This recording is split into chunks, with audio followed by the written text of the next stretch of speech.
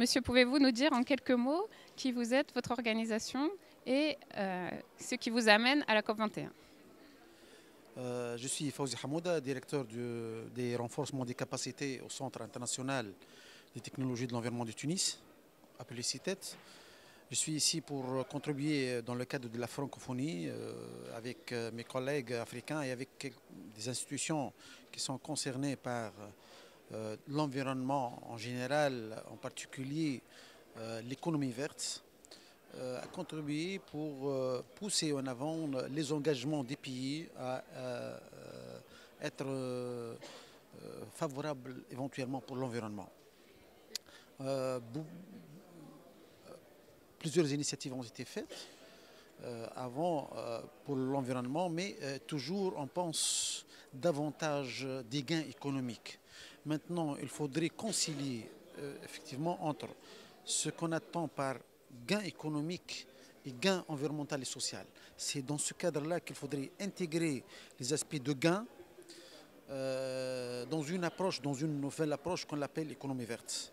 Je pense que la France et plusieurs autres pays industrialisés, notamment les BRICS, ont accédé à cette approche-là. Ils ont trouvé des gains sur le terrain, notamment en termes d'emploi, de création d'emplois, notamment en termes d'exploitation des ressources.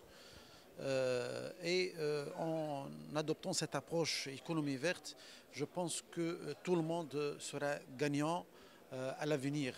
Et même ce qu'on pose comme problème de changement climatique, on peut vraiment trouver la solution en s'orientant dans cette perspective économie verte. Cet après-midi, nous avons un atelier ici qui traitera d'un programme qui est fait par le CARLET, c'est-à-dire l'IFDD, l'Institut francophone de développement durable, le CITET, mon centre, l'Université Senghor d'Alexandrie et l'Observatoire du Sahel et du Sahara.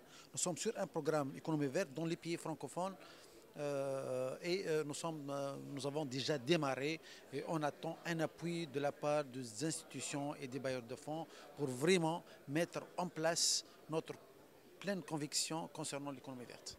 D'accord. Et que pensez-vous de la notion de transition énergétique, qui est ce pourquoi notre association Énergie 2050 travaille et qui inclut finalement la transformation d'une société vers un modèle de développement sobre en carbone et qui inclut le développement économique et social des populations? Bien sûr que c'est une très bonne initiative. Et entre parenthèses, je dis que votre association, elle est aussi partenaire de notre programme. On l'a engagé pour faire les études de cas dans les pays africains. C'est une occasion, sans vous connaître peut-être, c'est une occasion pour vous dire qu'elle est encore notre partenaire.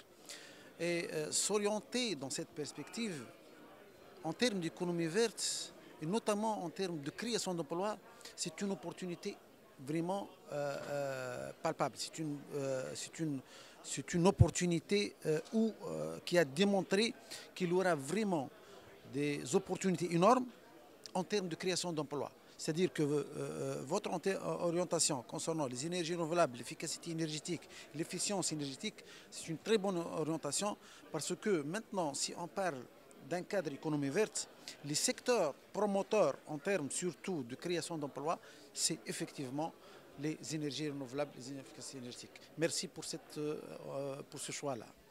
Et merci beaucoup à vous de cet entretien.